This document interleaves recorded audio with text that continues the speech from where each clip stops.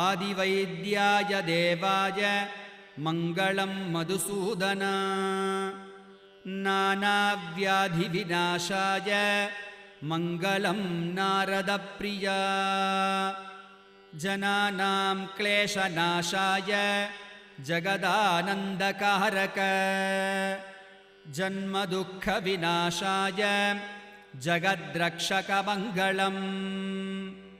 शङ्खचक्रसुधाधारिन् शरणागतवत्सल मङ्गलं वैद्यराजाय सर्वशास्त्रविशारद